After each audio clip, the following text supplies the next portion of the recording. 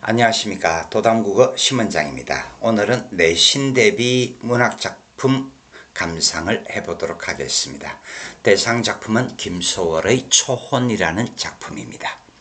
자, 우선 초혼이라는 것이 무엇이냐? 초혼이라는 것이 무엇이냐? 고복의식이라는 말에서 나온 건데요. 한자 그대로 보면 초혼, 혼을 부르다라는 얘기입니다. 혼을 부르다. 그래서 우리 동양에서는요, 특히 우리 한국에서는 삶과 죽음을 어떤 식으로 이야기를 하느냐 그러면 육체에 영혼이 깃들어 있을 때 그것을 삶이라고 이야기를 하고, 육체에서 영혼이 떠나버린 상태를 죽음이라고 이야기를 합니다. 그럼 사람이 죽었다. 어떻게 하면 되겠다? 죽은 사람의 영혼을 육체에 다시 불러들이면 사람이 살아날 것이다 라고 생각하는 것, 그것이 고복의식이라는 말입니다. 그래서 사람이 죽었을 때 영자야 영자야 영자야 하고 그 이름을 불러서 영혼을 육체에 다시 돌아오게 만드는 일. 그래서 실제 우리 그 풍속에 보면 그 사람이 마지막으로 생시에 입었던 저고리를 왼손에 들고 어디에 올라가? 지붕에 올라서거나 마당에 서서. 자, 여기서 지붕에 올라선다라는 것이 중요한 건데요. 여러분들, 삶의 세계는 지상에 있는 것이고 죽음의 세계는 천상계라고 봤을 때 어쨌거나 주변보다 높은 곳에 올라간다. 그래서 죽은 사람과의 거리감을 좁혀준다라는 그런 것이 중요한 겁니다. 오른손은 허리에 대어 지붕에 올라서거나 마당에서 북쪽을 향해 아무 동네 아무개 복 하면서 무려 몇 번을? 세 번을. 자, 여기서 복이라는 단어가 나오는데요. 복은 돌아오라 그런 얘기입니다. 그래서 죽은 사람이 다시 살아났으면 좋겠다라는 그러한 의미를 가지고 있는 것이 초혼이라는 것인데요. 김소월의 초혼이라는 것은 그렇다면 작품 속에서 어떤 내용을 다루고 있을까 하는 것을 짐작해 볼 수 있겠습니다. 그 다음에 이 작품을 이해를 할 때는 망부석 설화에 대한 이해가 필요한데요. 망부석 설화. 자, 망부석 설화가 도대체 무엇이냐? 멀리 떠난 남편이 약속한 기한에도 돌아오지 않자 기다리던 아내가 돌이 되었다. 누구를 기다리다? 남편을 기다리다. 남편을 기다리다 돌이 되었다라는 것을 망부석 설화라고 합니다. 대체적으로 망부석 설화는 전해지는 유형이 4가지 정도가 있는데요. 아내가 선체로 그대로 돌이 되었다. 또는 죽은 후에 돌이 되었다. 아내가 스스로 몸을 던져 죽은 자리에 주변 사람들이 이 아내를 기리기 위해서 돌을 세워주었다. 그 다음에 원래 주변에 돌이 있었는데 그 곁에서 남편을 기다렸기 때문에 망부석이란 이름이 붙게 되었다. 어쨌거나 김소월의 그 초혼이란 작품에서는 이 망부석 설화라는 것을 생각을 해 주셔야 하는 겁니다. 본문 들어가겠습니다. 본문 들어가기 전에 대상의 유사작품에는 여러분들 월명사의 제망매가 이 정도 작품은 들어본 적이 있을 거고요. 서정주의 귀촉도, 수능시험에서는 과거에는 중요도가 있었는데 요즘은 그 EBS 연계교재 중심으로 작품들이 출제가 되면서 서정주의 귀촉도가 중요하다라고 말하기는 조금 힘들겠네요. 어쨌거나 제망매가라든지 서정주의 귀촉도 같은 작품들이 이 김소월의 초혼과 유사성이 있다 그렇게 생각을 해주시고요. 자, 본문 들어갑니다. 산산이 부서진 이름이여 흑공 중에 헤어진 이름이여 불러도 주인 없는 이름이여 부르다가 내가 죽을 이름이여. 여기까지가 1년인데요. 일단 여러분들 당장 보더라도 무엇이 드러나고 있어? 당장 보더라도 이름이여 이름이여 이름이여 이름이여 뭔가 반복에 의한 강조 강조를 하고 있다라는 거, 예, 이거는 눈으로 바로 보일 겁니다. 이 반복에 의한 강조.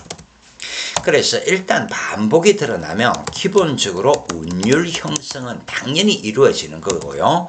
의미 강조가 이루어지고 있는데 여기서는 특히 영탄적 어조를 통해서 이어 지금 이어 영탄적 어조를 통해서 어떤 정서 태도를 강조하고 있다. 그렇게 생각을 해주시면 되겠습니다.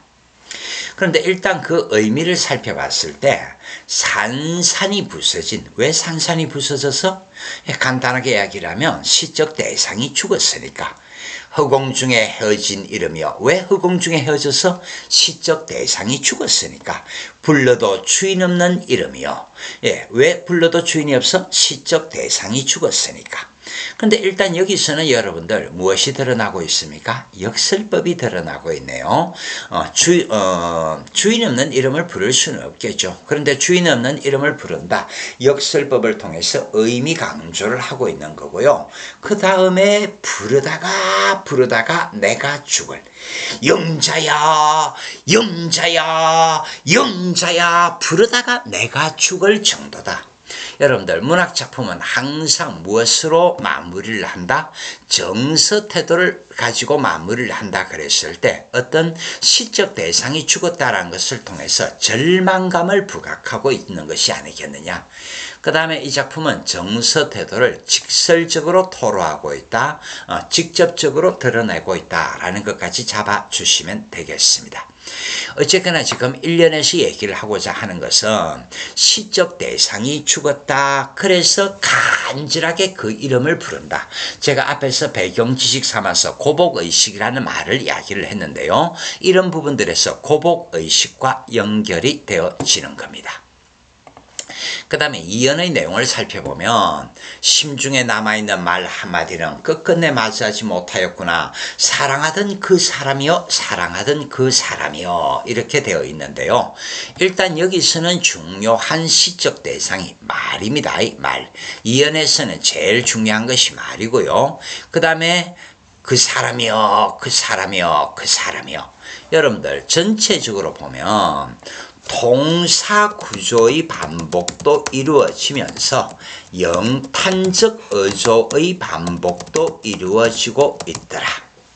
그래서 어떤 이 작품은 이 감정을 절제하고 있는 것이 아니라 감정을 노출하고 있는 작품이다라는 것이 중요한 겁니다. 그 다음에 이 이연에서는 말이라는 것이 중요하다 그랬는데요.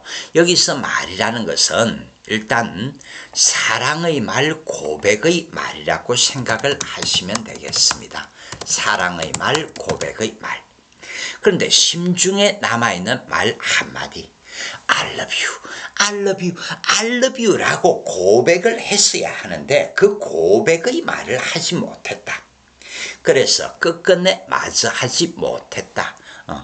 지금 이게 지금 내용이 되겠는데, 자, 그랬을 때 여러분들 여기서 또다시 우리 우문문학이건 산문문학이건 문학은 항상 무엇으로 정리를 하고 마무리를 한다? 정서태도. 그렇다면 고백의 말을 할 수가 없었다. 후회와 회한의 정서가 드러난다. 여러분들 이 작품에서 가장 중요한 것은 후회의 정서, 회한의 정서. 그래서 고백의 말, I love you라는 말을 할 수가 없었다라는 것 때문에 지금 회한의 정이 남는다라는 그런 얘기가 됩니다. 그렇다면 여기서는 왜 고백의 말을 할 수 없었을까? 우리 김소월의 작품은 대체적으로 여성 화자들이 많이 다루어지는데요. 여성 화자들, 그러니까 김소월이 1920년대를 대표하는 시인이라고 했을 때 1920년대까지만 하더라도 아직은 남성 중심의 가치관이 남아있던 시대거든요. 그러면 여성 화자 같은 경우는 사랑의 고백이라든지 이런 것들에 대해서 소극적일 수밖에 없었고, 그래서 그 고백의 말도 할 수가 없었는데 임과 이별할 수밖에 없었다. 여자이기 때문에, 말 그대로 여자이기 때문에 고백의 말을 할 수 없었다. 회한과 후회의 정서가 남더라. 그런 얘기가 되겠습니다. 그 다음 3년을 보면 붉은 해는 서산마루에 걸렸다. 사슴의 무리도 슬피운다. 떨어져 나간 전 산 위에서 나는 그대의 이름을 부르노라. 여기까지가 3년인데요. 일단 여러분들 시적 대상을 봐보면 붉은 해가 나오고 사슴도 나오고 그대임이라는 것이 구체적으로 드러나 있습니다. 자, 여기서 중요한 것은 그 시적 대상이 붉은 해와 사슴이 나오는데 여기서는 지금 무엇이 드러나느냐면 그 슬픔의 확장이라는 것이 드러나는 겁니다. 여러분들 이미 죽었다. 슬퍼하는 것은 누가 슬퍼하는 거지? 내가 슬퍼해야 돼. IM가 슬퍼해야 돼. 그런데 내 혼자만 슬퍼하는 것이 아니라 붉은 해가 차마 서산을 넘어가지 못하고 서산마루에 걸렸고 사슴의 무리도 끄이끄이 슬프게 운다라는 것이 드러나 있죠. 그래서 감정이입이 드러나 있는데 여기서 슬픔의 확장이라는 것은 뭐냐면 결국 나에서 우주 내 혼자 슬퍼하는 것이 아니라 온 우주가 슬퍼하고 있다. 슬픔의 확장이 드러나고 있다. 감정이입이 드러나고 있다. 일단 여러분들 사슴이라는 것은 감정이입이 직접적으로 드러나고 있는데 학교 선생님들은 이런 것들 출제하기 좋아합니다. 그 다음에 뭐라고 얘기를 하고 있느냐면 떨어져 나간 전 산 위에서 그래서 고복의식이라는 것이 보통 지붕 위에서 죽은 사람의 이름을 부른다 아니면 주변에서 가장 높은 지대에 올라가서 죽은 사람의 이름을 부른다 그런 것들이 고복의식과 관계가 되는 건데 어쨌거나 떨어져 나간 전 산 위에 간다. 거리감을 좁히기 위해 거리감을 좁히고 싶다라고 지금 얘기를 하는 겁니다. 그리고요 마지막에 나는 그대의 이름을 부르노라까지 나와 있고요. 이 시의 마지막 연입니다. 아직 한 연이 더 남았네요. 서름에 겹도록 부르노라 부르는 소리는 비켜가지만 하늘과 땅 사이가 너무 넓구나. 여러분들 이 작품은 감정을 절제하는 것이 아니고 감정을 직접적으로 드러낸다 그랬는데 감정을 노출시킨다 그랬는데 서름에 겹도록 슬픔이란 단어거든요. 감정의 직접적 노출. 슬픔에 겹도록 부르노라 어쨌거나 오늘 작품에서는 유사한 동사 구조의 반복이 두드러지게 드러나고 있다는 거 놓치지 마시고요. 부르는 소리는 비껴가지만 여러분들 이런 것들은 지금 어떤 의미를 가지고 있느냐면 단절감 나는 이승에 있고 임원저승의 세계로 가버렸다. 단절감이 드러나는 것이 아니겠느냐. 그러면서 동시에 하늘과 땅 사이가 너무 넓다. 거리감이 드러나 있는 것이 아니겠느냐. 그런데 선생님이 항상 여러분들에게 말을 하는 것이 문학작품은 무엇으로 정리를 하고 무엇으로 마무리를 한다? 정서태도. 그러면 결국 이런 데서는 부르는 소리는 비껴간다. 하늘과 땅 사이가 너무 넓다. 좌절감이라든지 절망감 같은 것을 표현하고자 하는 것이 아니겠느냐. 좌절감이나 절망감을 표현하고자 하는 것이 아니겠느냐. 그 다음에 이제 진짜 이 작품의 마지막 연으로 들어갑니다. 선체로 이 자리에 돌이 되어도 시적 대상이 돌이 나오는데요.